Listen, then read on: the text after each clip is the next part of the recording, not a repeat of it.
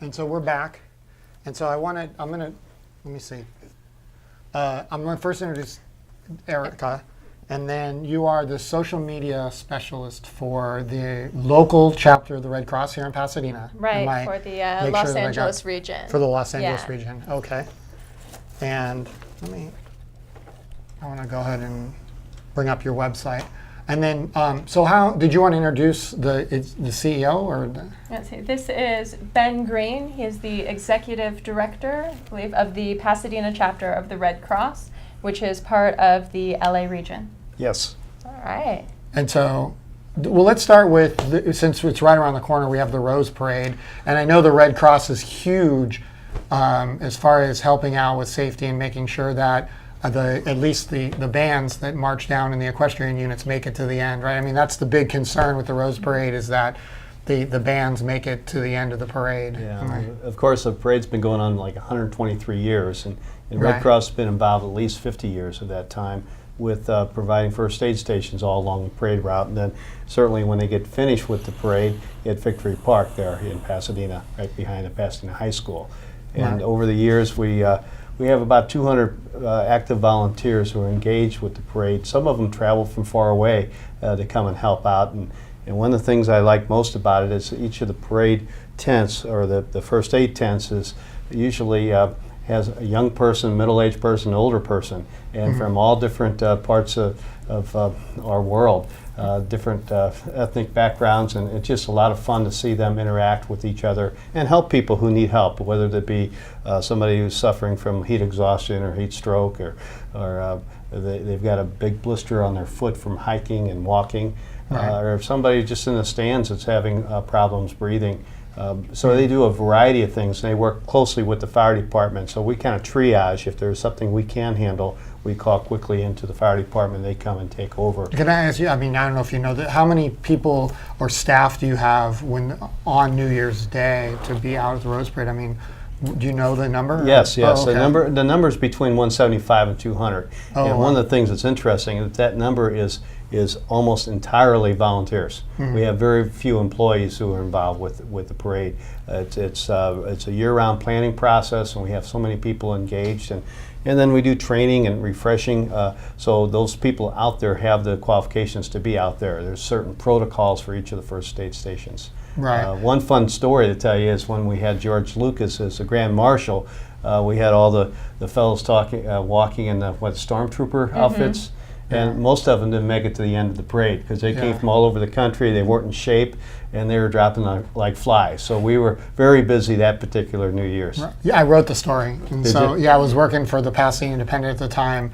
And I might have even interviewed you, I'm not sure, but I'm the one that wrote the story about that. And George Lucas wouldn't give me a comment on it, but through definitely the Red Cross and the 501 Legion, who are the people that marched, I got the story. And so one of the problems that they had was that the stormtrooper outfits weren't actually made to march down the parade route. They were the real uniforms used in the movie, and they had all this intricate like Velcroed stuff. And I mean, I saw them and we took some photos, but they were fans and all kinds of weird stuff inside of them. And so you can add to this, but I know having covered the Rose Parade for years now, when a band member has problems, like if they heat exhaustion or something heat related, if they go to one of your centers, they'll take your vital signs, and then if they feel like they're up to it, they will move them down and try and catch up to the band so that they can continue to march, because they come from all over and this is their big day. And so with that particular situation, once they took the uniform off,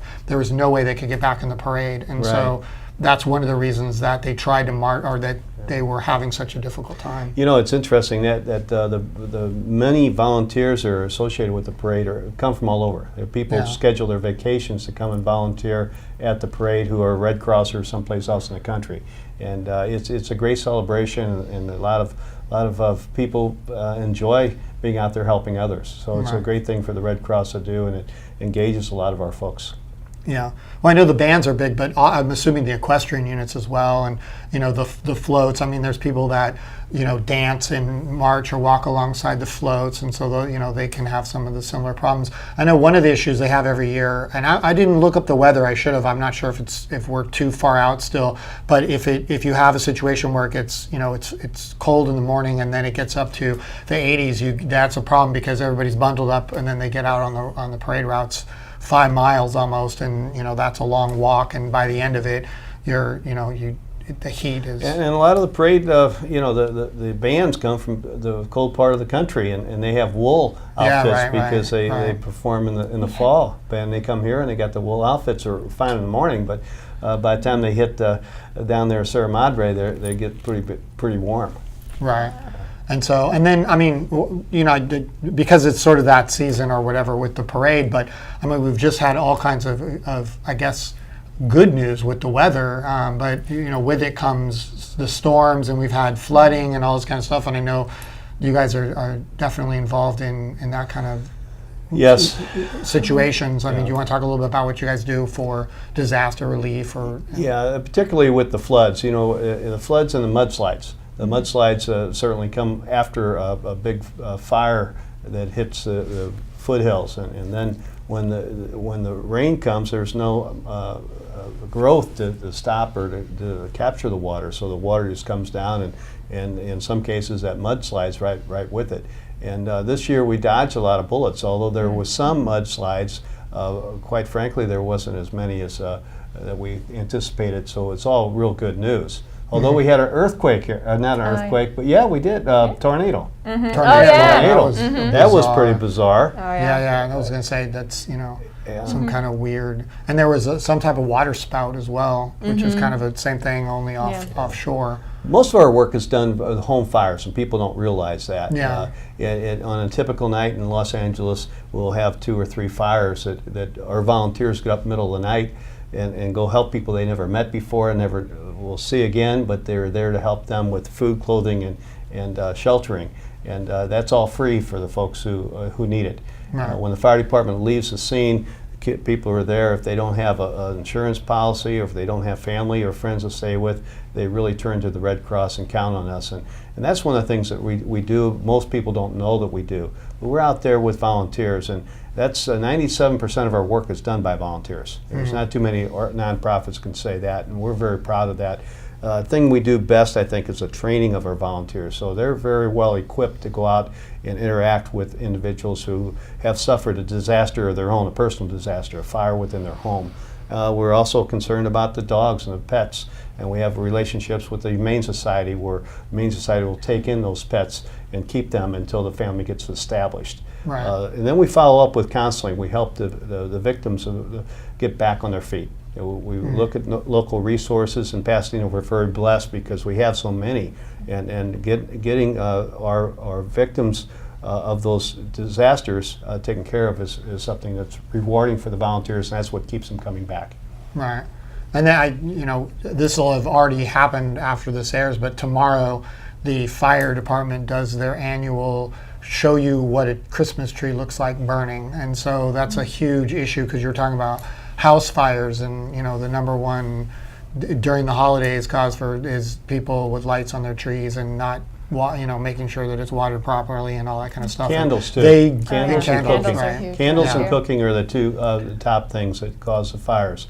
And sometimes the kids will see the candles, start playing with it, and pretty soon you've got a house fire going on. But the real danger is really at nighttime when everybody's fast asleep. If people don't have a smoke detector in their home, they're at a tremendous risk of losing their life, because by the time they wake up, it's too late, and if they wake up. So we've launched this new program, this fire initiative, nationwide. And what it is, it's a 5-year program designed to cut injuries and deaths by 25% across the country. And we're doing something right here in Pasadena, northwest Pasadena, going out and canvassing neighborhoods and knocking on doors and seeing if they have a smoke detector, and if they don't, provide them one free and install it for them. And if they have a smoke detector, make sure they have batteries that are working and functioning in that smoke detector. So that's important. The other thing is we try to emphasize people need to change the battery in their smoke detector when they change the time. When in fall, back, and spring, those 2 times, check it, make sure their smoke detector is working. Because you never know when you need it, but when you do need it, it's a nice thing to have work. And there's deaths attributed, you got a tremendous amount of risk if you don't have one in your home. I know it might be slightly off the topic, but it's big in the news right now, is the early warning earthquake system that was just, I guess, partly funded, $5 million to, as Adam Schiff put it, seed money towards it. I guess the Red Cross is more involved in the relief after. No, actually, correct me if I'm wrong. Yeah. So, we've got what we call a disaster cycle, which is preparedness, response, and recovery. So it goes on like this. Preparedness, part of that is to teach people that they do have a better chance of surviving if they're prepared. If they do some simple things, making a plan, getting a kit, and being informed. And if people do that, they've got a much better chance of surviving an earthquake. And so that's an important part of it, and we're incorporating a lot of the volunteers who go out and do the response and the recovery into doing the preparedness. We have a Map Your Neighborhood program, which teaches people how to realize they have a lot of power with their neighbors, because if you have an event, you're going to be as strong as your neighbor. And if the neighbor's not prepared, you're going to be at a disadvantage. So it's important, I think, that people know that there's programs available to help them make a plan. Our website is fantastic. It's got a lot of good information. Right, the website's behind you. Yeah, the kit that we have, kits you can buy a kit, but you can also make a kit. And then making a kit is simply going to the 99-cent store and getting stuff that you think you might need after an earthquake. So. So this might be a good segue or transition here to talking about the mobile apps, because I was just about to ask you about what people can do to get involved in this kind of stuff, and I get that's what the apps are sort of designed for. And I'm going to bring up your camera so people can see it if you're going to demo it live. And so, and then once again, I'm going to stand out of the way because I'll still be here. I'm still going to talk over here, but and so if you wanted to talk about focus. While we're talking, the apps are all free. We have one app, I think, with the pet app for dogs and cats. I think it's 99 cents, but everything else is free. So people can go on and download this into their phone or smartphone or iPad, and they have the benefit of it. All right, so this specifically is the earthquake app. So talking about the earthquake early warning, right now we're not plugged into that because of course it's not actually in existence yet. But what you can do is set earthquake alerts on our app, which is actually rather interesting because one thing that you may not realize is that earthquakes are happening all of the time, but most of the time it's not necessarily with enough shaking that we can feel it. So if it's a 1.0 earthquake, you're probably not going to notice. Or even if you do, you're going to think that it's somebody walking upstairs or some kids throwing a ball at the side of your, So it's rather interesting. When I first turned this app on, I had it so that every single earthquake was sending me an alert, and I was getting several alerts a day where it's going off, except then it was a 1.0. So it's interesting to see, but I very quickly turned it so that it was just the larger earthquakes. But it's interesting to track what's happening underneath our feet when we're not necessarily noticing. But one of the biggest, let's see if I can turn this. One of the biggest benefits. Like you were going to use. There you go. There you go. One of the nice things about this app is that you can have information right in the palm of your hands about what you should be doing. You have during, right after, recovery, planning ahead. And then you also have the option to make a plan right in here. So that's really great. And one of the best things about this app is that once you download it, all of the information is stored locally. So if all of the cell phone towers go down after an earthquake happens, you're not stuck with an app that can't connect with the cell network, that can't connect with your Wi-Fi, and all of a sudden what you're supposed to be doing right after isn't there anymore. Instead, what we have is all of this information is stored locally on your phone so that during a disaster you have it. And it's also available in Spanish. Once you download the app, you can change it over to Spanish or keep it in English. So it's bilingual. So I definitely recommend that everyone in the SoCal area have the earthquake app so that you know what you should be doing to prepare. But another app that I recommend is our first aid app, which is great because it teaches you what to do in the everyday emergencies. So the earthquake, it's big and we need to know what to do, but sometimes it's, well, what do I do if somebody's having an allergy attack, if my friend who's allergic to bees just got stung on our walk? You can have that information in the palm of your hand. So again, this is all stored locally. Even if you don't have Wi-Fi, if you're out hiking and somebody falls, you can look up what you should be doing immediately before first responders Just out of get there. curiosity, is there snake bites in there? Like, We have, because it's we have, I believe, poisoning, harmful substances. Some here we have. I think bet we it's do. in there. Yeah. no, it's just that We you go know, over that's the number emergencies. one. People download the app. Here we if go, it's- stings and bites. So you Right. hit emergency and stings and bites again. You're much more stroke, likely to get stung by a bee headed. than you are to get bit by a rattlesnake. Yeah. In fact, they are good at warning you ahead of time. But, Yeah. you know, everybody's Yeah. concerned about that. You know. And in the holidays, the most important one is probably burns. That's one of the most common injuries. So it has videos that will teach you what to do, as well as written instructions. Now, are And these again, apps it's free. available now? I mean, if people were to Yes. go to both the Apple's, the It is available on both Amazon, yeah. Android and Apple phones. So if you just Okay. go to the App Store and search Red Cross, it will bring up all of our apps, which include And when you the download them first aid, individually? earthquake. Yes. So each one is a separate, complete app within Right. itself. Yeah. Okay. And so, okay. What are the other ones? Just out of curiosity. So the ones I recommend that we have for SoCal is definitely first aid, earthquake, wildfire, and flood. But there are more available. Tornado and hurricane are slightly less applicable for us. If you are a blood donor, we love our blood donors. You can now download the app and find where local blood drives are occurring and make an appointment to give blood. We have earthquake. We have the pet first aid app for your pets. We have Team Red Cross if you're interested in. Can I ask you a real quick question right now? Because you said that was the only one there's a cost associated with it. Yes. Is there?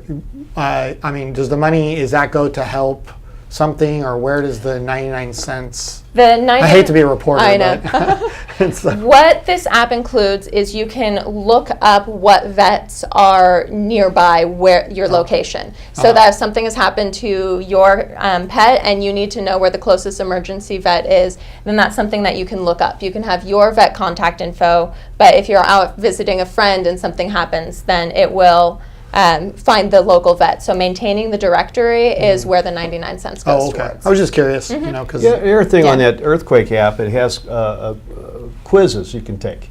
And the quizzes really heighten your awareness of the things you need to do. For example, if you have a child in school, you want to know what the plan is if there's an earthquake. You want to talk to the school administration, see if they have an earthquake plan and what that plan is.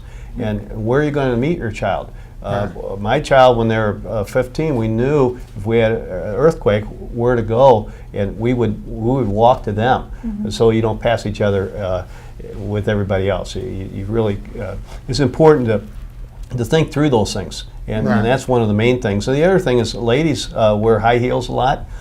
If you're stuck in traffic and you got to get out of your car and walk, you want to have a pair of tennis shoes in the trunk. It's not rocket science; it's common sense. But I guess a lot of people won't have those high heels or those tennis well, they shoes. do. Yeah, Yeah. they always talk about the ready for 7. You know, so be able to be self-sustaining for 7 days if there's a major earthquake. Have water, food, everything necessary. And one of the interesting things that, you know, in disaster, after covering it for a long time, is the food that you store should be something you eat regularly, because when you're in a stressed environment, food that you normally don't eat, you won't eat. So you eat something you like. So, you know, canned or, you know, whatever your favorite type of health bars are or whatever, keep those around, because you'll eat it when you're in a stressed environment. I thought that was kind of an interesting. Yeah, If you and don't that's like it now, you're not going to like it then. Oh yeah, and Yeah. that's especially true of kids. If you have young kids, I can't imagine trying to Right. get a 5-year-old to eat something that they don't like on a normal basis when it's scary. And they also, the So- other thing they say is to know where all the water is in your house. You know, Yeah, all the there are- different locations where water is stored, like your water heater, that kind of thing. Yeah. That you wouldn't normally. And the app can It'll walk do you that. through some of that Oh. as well. It's how to get water out of your water heater and other potential sources. Dean, Yeah. I know one of the things we want to talk about is the Prepare campaign, which is running in Southern California. And that's really raising awareness on everybody's part because, as you mentioned, 7 days, you're going to be on your own. I was explaining to a guy, Right, he says, I'm a back over Marine, here. I know exactly what you're talking about. You're going to be on your own. Right. And so being prepared, and we help people better understand that responsibility they have, community leaders, businesses, churches, schools, all those folks need to take responsibility for being prepared. And we have all the information. They just have to access it. And a lot of people won't do that. The more likely ones that will are the ones that have experienced an earthquake. If you come from Northridge, you're most likely going to be prepared. If you've never experienced an earthquake, you think it's never going to happen. You'll do that tomorrow. So I always encourage people, again, when you change your time, both in the spring and the fall, spend 3 or 4 hours making sure that you practice your plan, you know what your supplies are, you refresh your supplies, and you see if there's more current information that might be helpful. Right. First aid classes so that you know what to do if somebody's injured, that's important too. Yeah, I was going to say I went to college for geology, and everything I know about disaster preparedness came from being a journalist, from covering these stories in in the media. Not necessarily, I can tell you anything you want to know about, the strike slip of a fault or anything about what type of earthquake we had. But when it comes to being prepared, all that stuff comes from the media. And so, that's my own personal experience. But I know from other people in the geology world that, don't expect the geologist to be the most prepared person in the room. Yeah. But since we were talking about social media, one of the interesting things that's come about in the geology world is, for a long time, geologists didn't think you could feel earthquakes below like 3.5, let's say 3.5. But with social media now, they've changed that. They go all the way down to 2. I mean, they now know because so many people take to social media as to whether or not you can feel it. There's a rethinking of what people can feel as far as earthquakes is. Well, the messages that we're trying to get out with the Red Cross is consistent with messages fire departments do and the CERT programs do and other organizations. And there's evidence that the more they hear from different people, the more likely they are to do it. And if you set an example as a neighbor, hopefully your neighborhood will get involved. And there's a couple programs talking about technologies. Next Door Neighbor, I don't know if you're familiar with that. But it's a great thing. And I'm the lead for my neighborhood. And if we have an event, we're going to be better prepared than if we didn't have that communication and know each other. So often we don't know our neighbor well enough to go next door and knock on the door and ask for a cup of sugar. And that's a shame. And I think we want to encourage people to get to know their neighbors, have some block party type things where they can study what they're going to do. Yeah, I was going to say, they just did in Sierra Madre. They did the CERT training last month or the month before, and they talked a lot about getting together with the Neighborhood Watch. And so in the Neighborhood Watch, the knowing the residents that might have trouble getting out of their homes, or knowing the Neighborhood Watch is really involved in knowing the community. And so I lived in Palm Springs. We had we had an earthquake there, and we took care of ourselves, and we went down to check on Gus, who was 94. And we had 5 other neighbors checking on Gus, who's 94, and that made me feel good. That's the ideal neighborhood. And the other thing they say is to obey if you're in a canyon area and they tell you that's a red flag area, not to have your car there because you're blocking everybody's. Do not put your cars in the area because you're blocking the fire and all that kind of stuff, and they will. They'll tow your car just because it's a serious danger. We only have a few minutes left, and I know you wanted to show some photos, and you want to talk about the photos. So should I bring them? Yeah, go ahead and bring the photos up. Dean, as we're doing that, I'd like to mention that we're always looking for volunteers. Yes. And if people have an interest in becoming a volunteer at the American Red Cross, we'd sure encourage them to go onto our website, and it'll take you through. It'll say volunteer, and you can just follow the instructions. But the organization wouldn't be over 100 years old without. In Pasadena, as a matter of fact, we're celebrating 100 years of service for our community, and we wouldn't be able to do that. Can I ask you without real quickly volunteers. how it started? What's the history? I Well, mean, is that it started relieving pain and suffering on the battlefields. Oh, okay. It started in Geneva, and there was a big battle, and people didn't like what they saw. The soldiers were left dying, and no one's comforting them. And then here in the United States during the Civil War, Clara Barton saw the same thing, and she organized it, and it took a little while to get it going, but basically it's relieve human suffering, and it's still very strong in our mission. That's what we do. And if you want more about the Red Cross, about preparedness, or how to become a volunteer, I encourage you to follow us on Facebook and Twitter. We're on Red Cross LA on both Facebook and Twitter. So go ahead and search that and you'll find us. So you want to talk about the... So this picture is actually from our Home Fire campaign launch. We first launched down in the Long Beach area. And what's really great about this campaign, and I'm sure it's going to be repeated in Pasadena, is you'll notice that while we have the Red Crossers out there, we also have the CERT teams. Back in the back, we have firefighters as well. So it's truly a campaign that's about bringing together the community and all of the different people from the community. And this is from the Rose Parade, the first aid station. So we have people there and ready. We have a lot of EMTs and nurses are our main volunteers. So it's really great that we have the medical professionals willing to give their time. And this is from our first aid station from the Rose Bowl. I think we have one more. And here are just a couple of our volunteers. And you'll notice it's dark out, and that's because we start far before the sun rises and are out there all day. So just a thank you for all of the volunteers who have in the past been on the parade route and are going to be on it again this year. And post-parade, and then the battle, the bands, all that stuff. Just to kind of bring it back to the Rose Parade, if you're out in the stands or whatever, does the app, or how does somebody get to you guys if they have a problem? How does that, I mean, you said you have quite a few people walking around. We have patrols walking, and then of course all the Rose Parade white coats. They can communicate too. So if there's a problem, we're all in radio communication. So find somebody and they'll get you to the Red Cross kind of absolutely. thing. Oh, okay. Absolutely. And then do you see, just out of curiosity, do you cover the entire parade route like in a uniform manner, or do you have the end of it sees more activity than, let's say, TV Corner, or is it?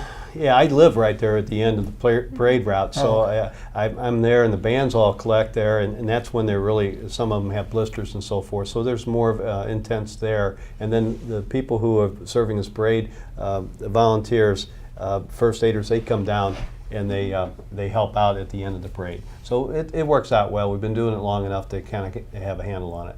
Okay. Well, we're totally out of time, and I definitely thank you for coming on and thank you sharing this stuff with us. Hopefully it'll help somebody that's going to the, the parade, they have a problem or something at the parade, or, And get those volunteers to sign up. We need more volunteers. And so, okay. All right. Thank you.